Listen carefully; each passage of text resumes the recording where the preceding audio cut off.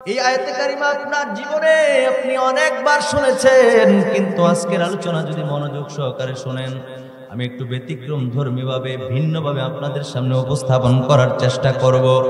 যেহেতু এটা রজব মাস, এই মাসের মধ্যে আল্লাহ পাক রব্বুল আলামিন আল্লাহর হাবিবকে মেরাজ করিয়েছেন। আল্লাহু আকবার বলেন। আল্লাহ পাকের দিদার দিয়েছেন, সেজন্য সেদিকে সামান্য একটু সময় টাচ দেব। আমার আল্লাহ পাক রব্বুল আলামিন কুরআনুল কারীমের মধ্যে সূরা আম্বিয়ার 107 নম্বর আয়াত, কয় নাম্বার?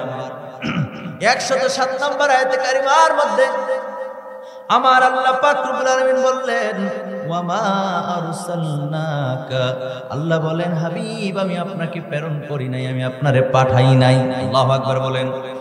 ইল্লা, তবে হ্যাঁ পাঠিয়েছি, রাহমাতাল লিল আলামিন।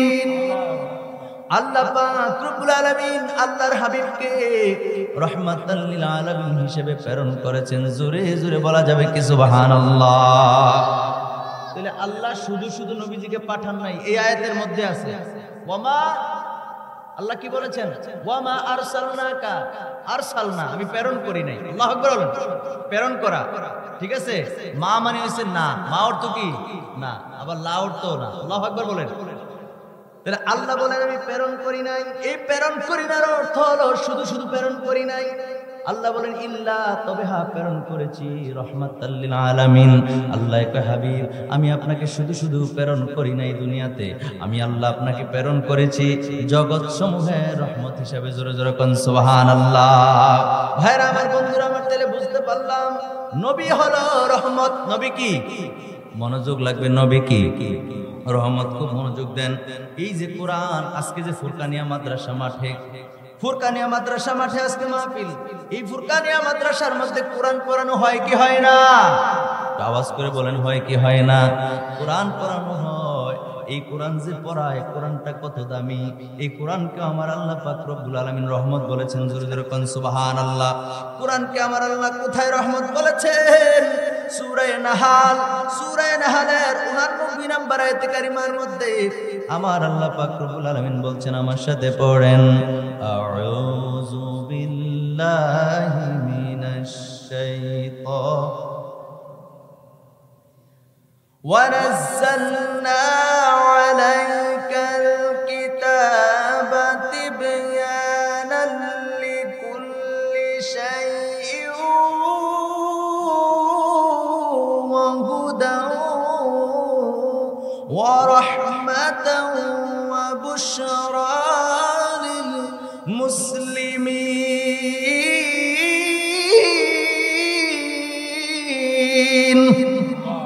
ভাইরা আমার, বন্ধুরা আমার, আল্লাহ পাক রব্বুল আলামিন এই আয়াতে কারিমার মধ্যে জানিয়ে দিয়েছেন, ওয়া নাযালনা আলাইকাল কিতাব। আল্লাহ বলেন ওয়া নাযালনা আলাইকাল কিতাবা তিবয়ানান লিকুল্লি শাই। আল্লাহ বলেন হাবিব আমি আপনার কাছে যে কিতাব নাযিল করেছি, যে কোরআন আমি আপনার কাছে পাঠিয়েছি, বন্ধু আমার, ও আমার মাহবুব নবী, এই কোরআনের মধ্যে পৃথিবীর সকল কিছুর সুস্পষ্ট ব্যাখ্যা আমি আল্লাহ দিয়ে দিয়েছি। জোরে জোরে কোন সুবহানাল্লাহ। আসেনি কোরআনে সব? আমার কথা কোন আসেনি? মনোযোগ আসেনি আপনাদের? খারাপ লাগতেছে? ভাইরা আমার, আমি শারীরিকভাবে একটু অসুস্থ আছি। আমাকে যখন মাহফিল কমিটি ফোন দেয় তখন আমি বলছি আমার বাড়ি তো কাছে, 8টায় পৌঁছার কথা, 8:07 এরকম বেজে গেছে। আমি চেষ্টা করি আমার যে সময় দেয় তার আগে পৌঁছার। কথা বুঝতে পারছি? হঠাৎ করে শরীরটা খারাপ লাগতেছে। কারণ মানুষ তো হঠাৎ করে সকালবেলা দেখছেন ভালো হাসি খুশি চা খাইছে, একসাথে বন খাইছে, আলাপ আলোচনা করছেন, একটু পরে শুনছেন নাই। কথা কোন ঠিক কিনা? এখন বর্তমানে তো এই অবস্থা। মানুষের জীবনটা কেমন যেন একেবারে এত সহজ হয়ে গেছে, মৃত্যুটা, ঠিক কিনা বলেন? এরপরও মানুষ শিক্ষা নেয় না, মানুষ এরপরও বুঝতে চায় না। সবচাইতে কাছে হলো মানুষের মৃত্যু, ঠিক কিনা বলেন? ভাইরা আমার, বন্ধুরা আমার, এরপর আল্লাহর পাকের দরবারে শুকরিয়া, রব্বুল আলামিন আমাকে হসপিটালের বেডে পাঠাই নাই, আমাকে মাহফিলে আইনা স্টেজে বসায় দিয়েছেন। এজন্য আল্লাহ পাকের দরবারে শুকরিয়া, আলহামদুলিল্লাহ। যদিও বা অন্য দিনের মতো খোলা মনে কথা বলতে পারছি না, শারীরিক একটু দুর্বলতার কারণে। ভাইরা আমার, বন্ধুরা আমার, কথা বুঝতে তো অসুবিধা হয় না? হয়। তাহলে আল্লাহ বলেছেন হাবিব আমি আপনার কাছে যে কোরআন দিয়েছি, যে কোরআন নাযিল করেছি, বন্ধু গো, এই কোরআন হলো সকল কিছুর সুস্পষ্ট ব্যাখ্যা। জোরে জোরে কোন সুবহানাল্লাহ। এরপর আল্লাহ বলেন ওয়া হুদাও ওয়া রাহমাতাও ওয়া বুশরা লিল মুসলিমিন।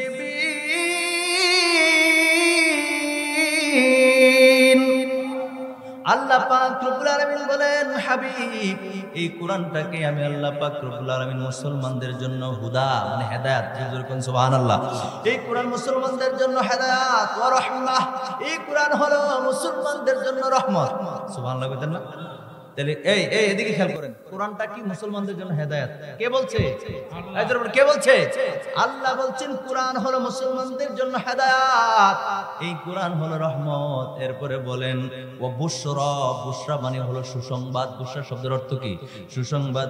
ওয়া বুশরা লিল মুসলিমিন, আল্লাহকে মুসলমানদের জন্য কোরআন হলো সুসংবাদের বাহন। জোরে জোরে কোন সুবহানাল্লাহ। তাহলে কোরআন মুসলমানদের জন্য হেদায়েত। আর এই কোরআনকে আমরা ছেড়ে দিয়েছি, কোরআনের মর্যাদা সম্পর্কে আমরা জানি না।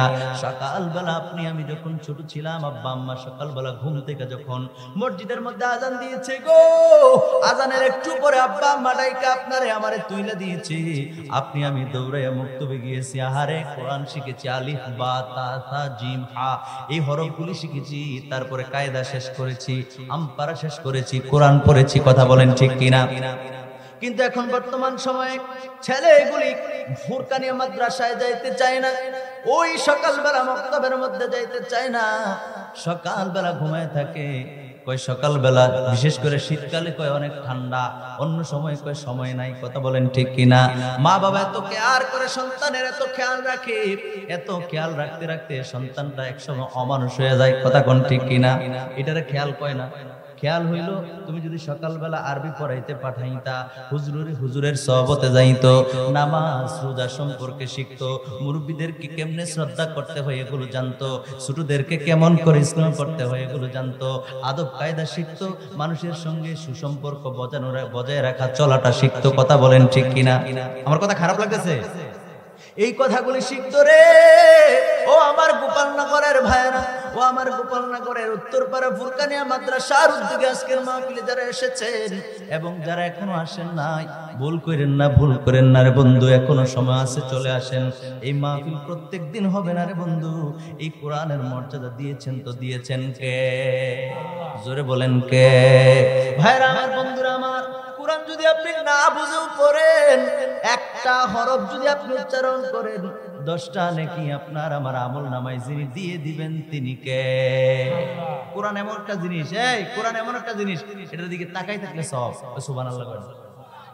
কোরআন এমন একটা জিনিস, তাকাই থাকলে, আপনারা কোন তাকাই থাকলে, পড়লে, জোরে কোন পড়লে সওয়াব। আরেকজনে পড়তেছে, আপনি শুধু বইসা বইসা শুনতেছেন, শুনলেও আহা এমন কিতাব আল্লাহ আপনারে আমারে দিল গো, না পড়লেও সওয়াব। আপনি যদি তাকায় থাকেন, বলেন আহা আহারে এই কালাম তো আমার আল্লাহর পক্ষ থেকে আসছে, আপনি পড়তে পারেন না, শুধু তাকায় রইছেন, তাকায় তাকায় ভাবতেছেন জীবন কোন দিকে পার করলাম রে, এই জীবন কোন দিকে আমি শেষ করে দিলাম, কোরআন পড়তে পারি না রে। আমি যদি আজকে পড়তে পারতাম, কোরআনটা পড়তাম। এই যে আপনি তাকায় রয়েছেন আর মায়ার নজর দিয়া বিনয়ী ভাবে তাকায় রয়েছেন আর ভাবতেছেন, আরে এই কোরআনটার মধ্যে সব কিছু আছে, এই কোরআন তো আমার আল্লাহ নাজিল করেছেন, কোরআনের কালামগুলি আমার আল্লাহ, এগুলো যদি আপনি ভাবতে থাকেন তাকায়া তাকায়া, তাহলে প্রত্যেকটা সেকেন্ডে সেকেন্ডে সওয়াব যিনি দিবেন তিনি কে? এই কোরআন ছেড়ে দিলে হবে না? যেমন হবে তা আল্লাহ তো বলছেন এই কোরআন হচ্ছে মুসলমানদের জন্য হেদায়েত। সুবহানাল্লাহ পড়ে। কিন্তু এই কোরআনের খবর আমাদের নাই, না থাকার কারণে, কোরআনের শিক্ষা না থাকার কারণে বর্তমান সময়ে যত সব অপকর্ম অপসংস্কৃতি চতুর্দিকে শোনা যায়, ঠিক কিনা বলেন? বাবা মারে বৃদ্ধ হইলে ঘর থেকে বার করে দেখে, কে কে বার করে? যে কোরআন সম্পর্কে, যার কোরআনের সাথে যার সম্পর্ক নাই সে বাইর করে। কথা বলেন ঠিক কিনা? আপনি স্কুল কলেজ ইউনিভার্সিটিতে লেখাপড়া করেন, কোনো সমস্যা নেই, আপনি শিক্ষিত মানুষ, কিন্তু কোরআনের সাথে সম্পর্ক রাখেন। যদি কোরআনের সাথে আপনি সম্পর্ক রাখতে পারেন গো, তাহলে আপনার দুনিয়াও সুন্দর, পরকালও সুন্দর হয়ে যাবে। আব্বা আম্মার সঙ্গে কোনোদিন বেয়াদবি হবে না, মুরব্বীদের সঙ্গে কোনোদিন বেয়াদবি হবে না, ছোট বাচ্চাদের সঙ্গে কখনো আপনার অমানবিক আচরণ হবে না। ঠিক কিনা বলেন? জোরে কোন ঠিক কিনা? এই জন্য কোরআন সম্পর্কে বলতে গেলে অনেক কিছু বলতে পারবো, কিন্তু সেদিকে যাচ্ছি না। আল্লাহ কোরআনকে হেদায়েত বলেছেন, হেদায়েত বলার পরে বলেছেন রহমা, মানে কোরআন হচ্ছে রহমত লিল মুসলিমিন। কার জন্য? জোরে কোন কার জন্য? এই কোরআন বলছি কোরআন রহমত লিল মুসলিমিন, শুধুমাত্র কেবলমাত্র একমাত্র মুসলমানদের জন্য রহমত। চিল্লায় বলেন সুবহানাল্লাহ। তাহলে কোরআন মুসলমানদের জন্য রহমত আমরা পাইলাম। আর একটু আগে 21 নম্বর সূরা আম্বিয়ার 107 নম্বর আয়াতে কারিমার মধ্যে জানতে পারলাম নবীজিও রহমত, কোরআনও রহমত। কোরআন রহমত পাইলাম সূরা নাহলের 89 নম্বর আয়াতে কারিমা, নবীজি রহমত আমরা জানতে পারলাম সূরা আম্বিয়ার 107 নম্বর আয়াতে কারিমার মধ্যে। এখন নবী রহমত হলো কুল কায়নাতের সমস্ত জগৎ সমূহের, আর কোরআন রহমত হলো লিল মুসলিমিন, শুধুমাত্র কেবলমাত্র একমাত্র মুসলিম জাতির জন্য রহমত। জোরে জোরে কোন সুবহানাল্লাহ। তাহলে এই রহমতের দৃষ্টিকোণ থেকে নবী বড় না কোরআন বড়? জোরে কোন? নবী বড়। কোরআন বলছে আল্লাহর কোরআন কুল কায়নাত মানে সমস্ত জগৎ সমূহের রহমত আপনার আমার নবী, সুবহানাল্লাহ কইতেন না? আর কোরআন রহমত লিল মুসলিমিন, মুসলমানদের জন্য। সুবহানাল্লাহ কোন না? রহমতের দৃষ্টিকোণ থেকে নবী বড়। কেমন বড় রে বন্ধুরা আমার, ভাইয়েরা আমার? আল্লাহ কোরআনুল কারীমের মধ্যে বলেছেন ওয়া মা আরসালনাকা ইল্লা রাহমাতান লিল আলামিন। নবীর বেলায় বলেছেন আলামিন। এখন আলামিন অর্থ কি? না না না না না, এটা ওইটা হচ্ছে আল আমিন, এটা হচ্ছে আলামিন। ওইটা কি? আল আমিন। হ্যাঁ, আমি আপনাকে বুঝিয়ে দিচ্ছি। হ্যাঁ, আমার ওয়াজে কখনো ফেস লাগবে না, কথা বলছেন। আমি তো বানায় কথা বলা, আমি সবসময় প্রত্যেকটা মাহফিলে কোরআন হাতে নিয়ে আমাকে যে বিষয়ের দিকে বলা হয় বলার জন্য আমি চেষ্টা করি ওই বিষয়ে কোরআন থেকে আগে কিছু বলার। আলহামদুলিল্লাহ কইতেন না? তাহলে কোরআনে আল্লাহ কি বলছেন সূরা ফাতিহার মধ্যে? আলহামদুলিল্লাহি রাব্বিল আলামিন। আল্লাহু আকবার। সমস্ত প্রশংসা কার জন্য? আলামিনের মানে জগৎ সমূহের রব, যিনি রবের। জোরে জোরে কোন সুবহানাল্লাহ। সমস্ত প্রশংসা আলামিনের রবের। তো আলামিন মানে সমস্ত জগৎ সমূহ। জোরে কোন সুবহানাল্লাহ। আর আল আমিন অর্থ কি? বিশ্বাস। আল আমিন অর্থ কি? জোরে কোন আল আমিন অর্থ কি? বিশ্বাস। আর আলামিন, এই আলামিন অর্থ হচ্ছে জগৎ সমূহ। এই আলামিন হচ্ছে বহু বছর। আলামিন কি? কথা মনোযোগ আছে আপনাদের? যে কথা কইবো তার জিজ্ঞেস করবে, এই তুমি বলো আলামিন অর্থ কি? তো কথা কওগে বহু বছর। আলামিন অর্থ বহু বছর। চুপ করে থাকো, উত্তর দেওয়া লাগবে। যে কথা কই, কথা বলো, কথা বলেন ঠিক কিনা? খুব মনোযোগ। এই আলামিনের ব্যাখ্যা আমি প্রথমে বলছি, এই আয়াত আপনারা অনেকবার শুনছেন, কিন্তু আজকের আলোচনা একটু ব্যতিক্রম হবে। কেমন ব্যতিক্রম শুনলে বুঝবেন। সর্বোচ্চ মনোযোগ চাই। মনোযোগ আছে? মনোযোগ আছে? একটা স্লোগান হবে, নারে তাকবীর, নারে রিসালাত। আল্লাহ কবুল করুক না, আমিন। আলামিন হচ্ছে বহু বচন, এক বচন হচ্ছে আলামুন। এক বচনে কি? আলামুন। আল্লাহ যদি বলতো ওয়ামা আরসালনাকা ইল্লা রাহমাতাল লিল আলামিন, যদি বলতো তাহলে হলো জগতের রহমত, মানে একটি জগতের রহমত। কিন্তু আল্লাহ তো আলামুন বলেন নাই, আল্লাহ বলেছেন আলামিন।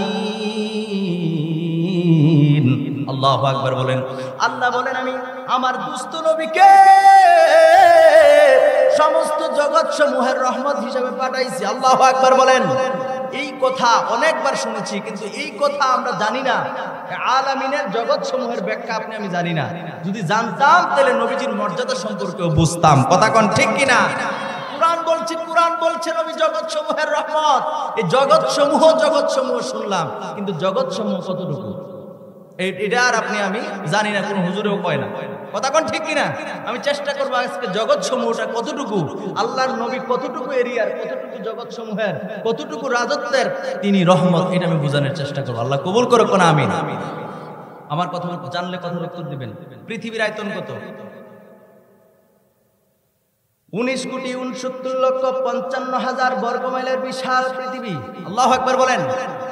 19,69,55,000 69,55,000 বর্গ মাইলের এই বিশাল পৃথিবী, বাংলাদেশের কথা বলতেছি না। গোটা পৃথিবীতে দেশ আছে 232টা। দেশ আছে কয়টা? আমি সর্বোচ্চ মনোযোগ কামনা করছি, আপনাদের ভালো লাগবে। 232টা দেশ আছে, তার মধ্যে বাংলাদেশ হলো একটা। কথা বুঝতেছেন? বাংলাদেশ কি বিশ্বের মধ্যে 232টা দেশের মধ্যে একটা দেশের নাম হলো বাংলাদেশ। সুবহানাল্লাহ কইতেন। এরপরে এই 232টা দেশের মধ্যে আমেরিকা আছে না, যুক্তরাষ্ট্র আছে নি, কানাডা আছে নি, তারপরে ইন্ডিয়া আছে কি নাই, পাকিস্তান, লন্ডন, প্যারিস, বিভিন্ন বিভিন্ন দেশের কথা বলতে গেলে অনেক সময় দরকার আছে না। তো আমেরিকার মতো, যুক্তরাষ্ট্রের মতো একটা দেশের আয়তন কত জানেন? প্রায় 90 লক্ষের ঊর্ধ্বে। কত লক্ষ? একটা দেশ 90 লক্ষ। বাংলাদেশের আয়তন কত?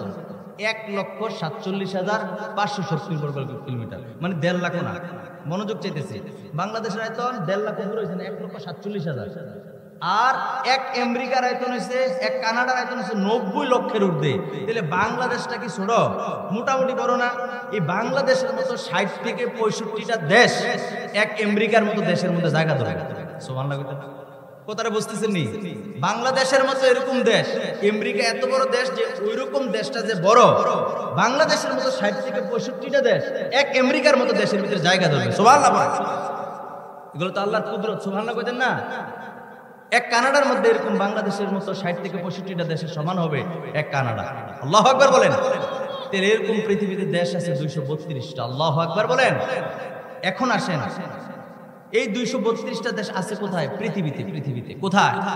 এখন পৃথিবী, এই যে সূর্য, মাথার উপর আমরা সূর্য দেখি, এই সূর্য দেখি কিনা? এই সূর্যটা হচ্ছে এই বিশাল পৃথিবীর 13 লক্ষ গুণ বড়।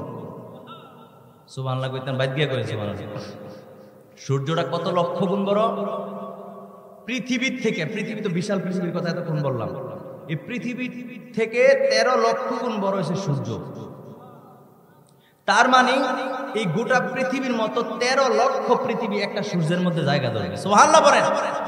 আপনি কইবেন হুজুর আপনি কি ব্যাখ্যা দেন? আমার ব্যাখ্যায় যদি ভুল হয় সংশোধন করে দেন, আমি খুশি হয়ে যাব। কিন্তু ইনশাআল্লাহ আমি গবেষণা করে এই কথাগুলি বলতেছি। বন্ধুরা আমার, ভাইয়েরা আমার, সূর্যটা একটা মাথার উপর একটা প্লেটের সমান দেখা যায়, এর চেয়ে বেশি বড় দেখা যায় না। কথা কোন ঠিক কিনা? বন্ধুরা আমার, ভাইয়েরা আমার, বলবেন হুজুর আমাদেরকে বোকা পাইছেন, এই বিশাল পৃথিবী এত বড় আর সূর্যটা এতটুকু একটা সূর্য, আপনি কোন সূর্যটা পৃথিবীর চেয়ে 13 লক্ষ গুণ বড়, আপনার মাথা ঠিক আছে? স্বাভাবিক দৃষ্টিতে চিন্তা করলে এরকম না। এবার শুনেন, পৃথিবী থেকে সূর্যের দূরত্ব হচ্ছে 9,30,00,000 মাইল দূরে হয়েছে সূর্য। সুবহানাল্লাহ কইতে মন চায় না? বুঝতেছেন কথা? পৃথিবীর থেকে সূর্যের দূরত্ব কতটুকু? 9,30,00,000 মাইল উপরে সূর্য। আল্লাহু আকবার বলেন। আরে আপনার নজরে এই দুইটা ব্যাটারি দিয়ে যে আপনি সূর্যটা দেখেন, এটি বেশি। কথা কোন ঠিক কিনা? 9,30,00,000 মাইল উপরে। 9 কোটি। আপনার যদি সামনের দিকে দেখতে বলি, আপনি সর্বোচ্চ 1 মাইল দেখবেন, বেশিতে বেশি হইলে খোলা ময়দানে।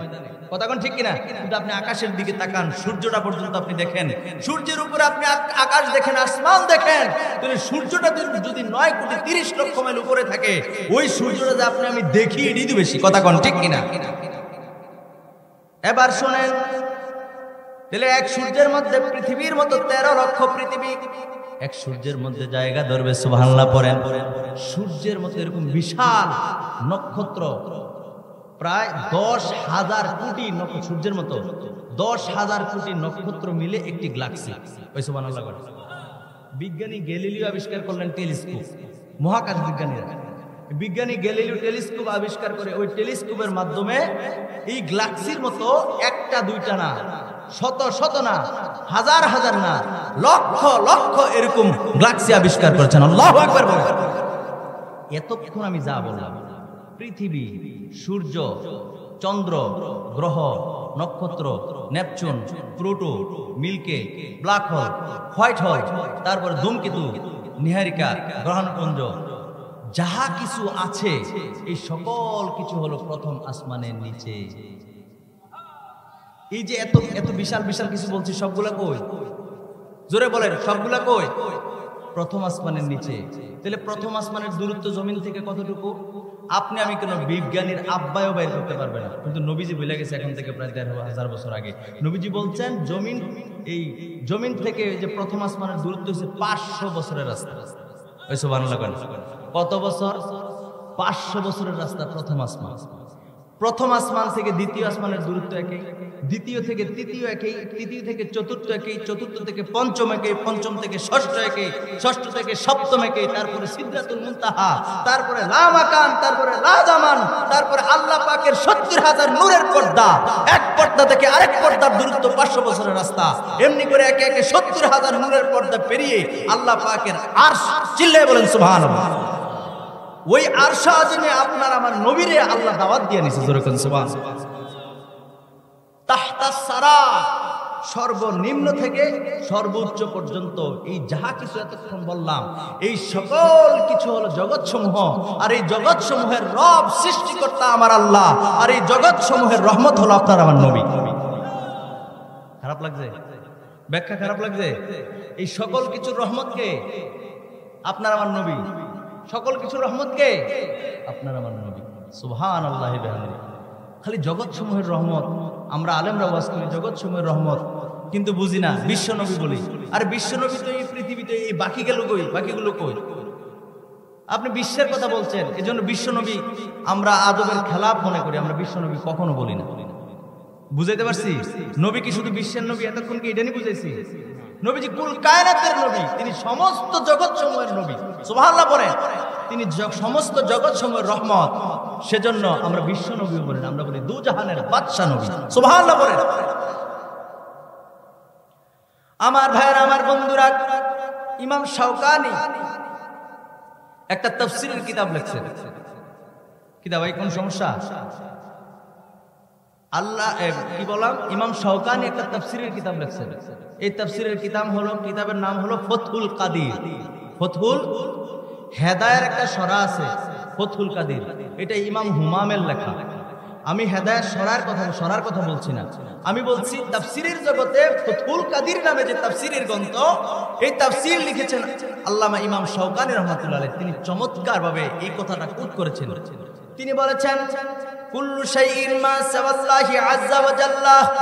তিনি বলেছেন জমিনের নিচে, জমিনের উপরে ধুলুকি বুলুকি, আকাশের নিচে, আকাশের উপরে যাহা কিছু আছে, এই সকল কিছু হলো জগৎসমূহ। আর এই জগৎসমূহের রব আমার আল্লাহ।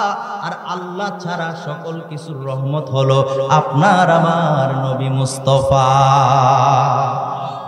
সুবহানাল্লাহ বলে। একমাত্র আল্লাহ ছাড়া, আল্লাহর সৃষ্টি জগৎ যা কিছু আল্লাহ সৃষ্টি করেছেন, সকল কিছুর রহমত হলো আপনার আমার নবী। চিল্লায়ে বলেন সুবহানাল্লাহ। তাহলে নবী রহমতটা বুঝছেননি? কোরআন থেকে বলার চেষ্টা করলাম নবী রহমত সমস্ত জগৎ সমূহের, আর কোরআন রহমত হলো মুসলমানদের জন্য। জোরে জোরে কোন সুবহানাল্লাহ। এই জন্য নবী রাহমাতাল লিল আলামিনকে মর্যাদা দিয়েছেন, আরশ আজিমে নিয়েছেন। কে নিয়েছেন? জোরে বলেন, কে নিয়েছেন? আরশ আজিমে আল্লাহ পাক রব্বুল আলামিন আপনার আমার নবীকে আমার আল্লাহ পাক রব্বুল আলামিন দাওয়াত দিয়া নিয়া নবীজিকে সর্বোচ্চ মর্যাদা দিয়েছেন। আর বলেছেন হাবিব আপনার পূর্বে এই জায়গায় আমি কাউরে আনি নাই, আপনার পরেও আনবো না, আপনাকে এই জায়গায় নেই। আপনার শান, আপনার মান, আপনার মর্যাদা, আপনার তাজিম, আপনার তকির, আপনার ইজ্জত আমি আল্লাহ পাক রব্বুল আলামিন সুউচ্চ পর্যন্ত বুলন্দ করে দিয়েছি। ওয়া রাফা'না লাকা যিকরাক হাবিব, সূরা ইনশিরার ৪ নম্বর আয়াতে কারিমার মধ্যে আল্লাহ বলেছেন ওয়া রাফা'না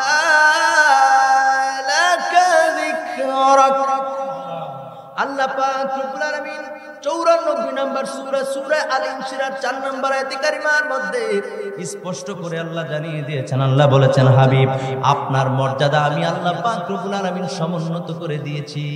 আমি আল্লাহ সর্বোচ্চ মর্যাদা আপনাকে দিয়েছি। জোরে জোরে কোন সুবহানাল্লাহ। নবীজির মর্যাদা দিয়েছেন আল্লাহ। এখন আপনি আমি যদি নবীজির শান, মান, মর্যাদা কমাইতে চাই, এটা সম্ভব? সবাই কথা বলেন, এটা সম্ভব? আরে আপনার নবীর কথা বলছি, আমার নবীর কথা বলছি। আমার নবী যিনি, আপনার নবী তিনি, ঠিক কিনা বলেন? সুতরাং নবীজির সম্মানের কথা বাড়িয়েছেন কে বলেছেন? আল্লাহ। তা আপনি আমি নবীর উম্মত হিসাবে যদি রাগ হই, এটা কি শোভা পায়? আমাদের দেশে কিছু মানুষ আছে, আমি কখনো কারো নাম নিয়ে কটাক্ষ করি না, আমাদের দেশে কিছু মানুষ আছে যারা কি করে নবীজির শান ও আজমতকে কমাইতে চায়। আল্লাহ বাড়াইলো, আপনি নবীর উম্মত হিসেবে নবীর শান ও আজমতকে কেমন করে কমাইতে চায়? আল্লাহ এদেরকে হেদায়েত দান করুক না, আমিন। যেমন কিছুদিন পূর্বে এক হুজুর বলছে নারী রিসালাত ফালতু স্লোগান। আরে নারী রিসালাত আমার নবীর স্লোগান, সুবহানাল্লাহ পড়েন।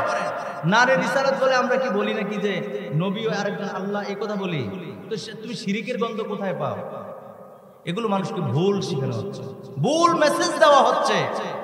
নবীর শান ও আজমত তুমি আমি যতই কমাইতে চাই, নিজের মর্যাদা কমবে, নবীর শান কমবে না, ঠিক কিনা বলে? নবীর মর্যাদা যে যত বেশি বর্ণনা করবে তার মর্যাদা দিন দিন বেড়েই চলবে, ঠিক কিনা বলে? এই জন্য প্রিয় ভাইয়েরা আমার, বন্ধুরা আমার, রাসূলুল্লাহর শান ও আজমতকে প্রকাশ করতে বলেছেন আমার আল্লাহ। কে বলেছেন? খুলেন সূরা বাকারা 42 নম্বর আয়াতে কারিমার মধ্যে আল্লাহ বলেন, আমার বন্ধু নবীর শান ও আজমতকে তোমরা প্রকাশ করো। ইহুদি এবং নাসারারা নবীজির শান ও আজমতকে কমাইতো। ইহুদি এবং নাসারা নবীজির শান ও আজমতকে কি করতো? কমাইতো। তো আল্লাহ বলেন যে ওয়ালা তালবিসুল হাক্কা বিল বাতিলি ওয়া তাকতুমুল হাক্কা ওয়া আনতুম মুসলিমুন আনতুম তাআলামুন, আনতুম তাআলামুন।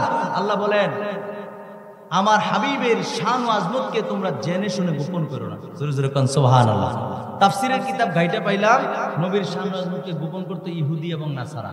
কারা? জোরে কোন কারা?